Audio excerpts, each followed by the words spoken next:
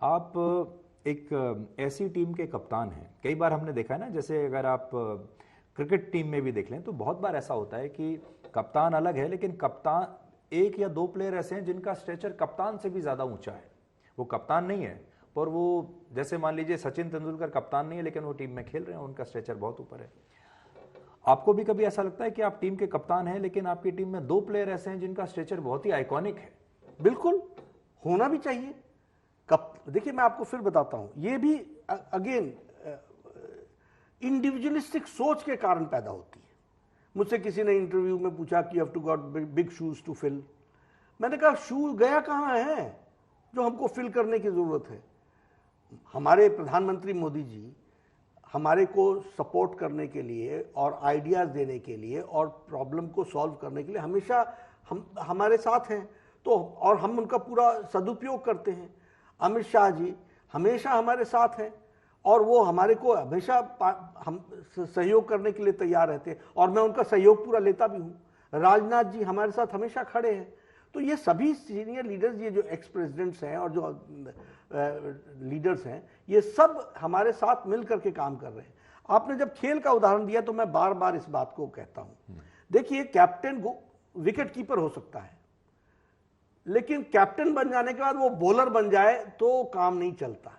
Bowler का काम bowler को ही देना पड़ेगा। अगर मान लीजिए आप कैप्टन बन गए और आप मिडिल ऑर्डर बैट्समैन हैं तो आप ओपनर चले जाएंगे because you are a captain, तो आप गेम को खराब करेंगे।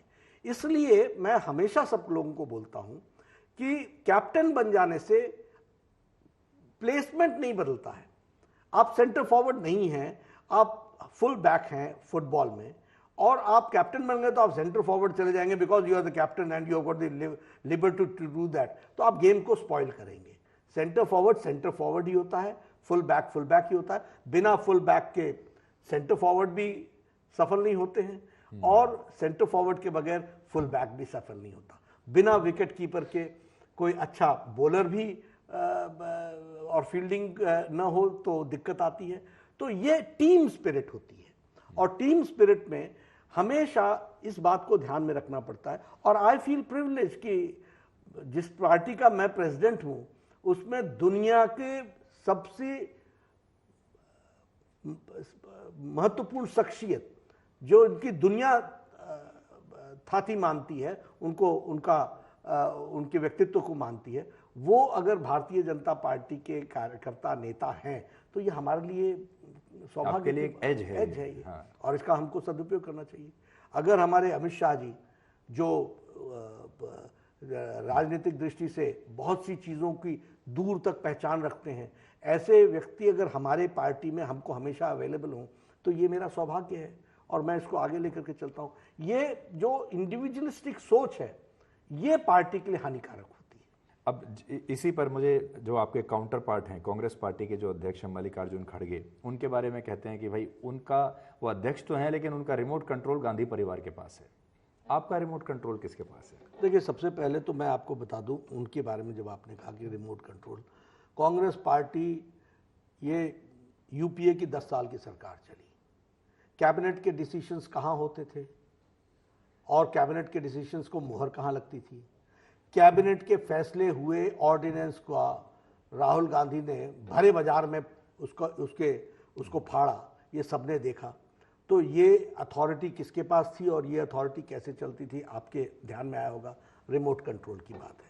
दूसरी बात, आप अभी जो खड़गे साहब के बारे में बोल रहे हैं वो जानते हैं मैं, और उसमें मेरी तकलीफ क्या है कि उनका रिमोट कंट्रोल पार्टी के पास नहीं है, एक परिवार के पास है और ये डेमोक्रेसी के लिए खतरा है। और इसीलिए हम कहते हैं dynastic rule is always a problematic. और यही बात मेरे को मिसकोट भी किया जाता है जब मैं कहता हूं कि आगे चल करके ये पार्टियां बीजेपी से लड़ने लायक नहीं रहेंगी। उसके पीछे साइंटिफिक रीजन है। अब आपने बात की हमारी बात, हम भारतीय जनता पार्टी एक कार्डर बेस्ड पार्टी है, एक आइडियोलॉजिकल बेस्ड पार्टी है विथ मास फॉलोइंग है। हमारे यहां सारी चीजें एक स्ट्रक्चर्ड तरीके से चलती हैं। उस स्ट्रक्चर्ड तरीके में प्रधानमंत्री जी हमारे सबसे टॉलेस्ट लीडर और हम सब लोग उनके ही नेतृत्व में काम कर रहे हैं, पार्टी भी उनके साथ उनके नेतृत्व में काम कर रही है। इसलिए, और वो कोई फैमिली रूल नहीं है, वो पार्टी के तब से निकले हुए सीनियर मोस्ट कार्यकर्ता हैं, नेता हैं, जिनके साथ हम आज आप बीजेपी अध्यक्ष हैं और आपका बेटा कभी बीजेपी अध्यक्ष बन सकता है? नहीं, वो अपने रास्ते चलेगा, उसको वो कभी इस तरीके से सोच ही नहीं सकता। इस तरीके की बात, वो अपने रास्ते चले, अपनी तपस्या से कभी कोई बात होती होगी, कोई कार्यकर्ता बन जाएगा, बहुत बड़ी बात है अगर कार्यकर्ता ही बन जाए। लेकिन by virtue of being my son, he is not going to get even a membership in Bharatiya Janata Party. It's a big statement. Yes, and if he has to work for it, if he wants to come. This does not happen in Bharatiya Janata Party. और इसीलिए हमने dynastic party के, हमारे यहाँ क्या है, party ही परिवार है, उनके यहाँ परिवार ही पार्टी है।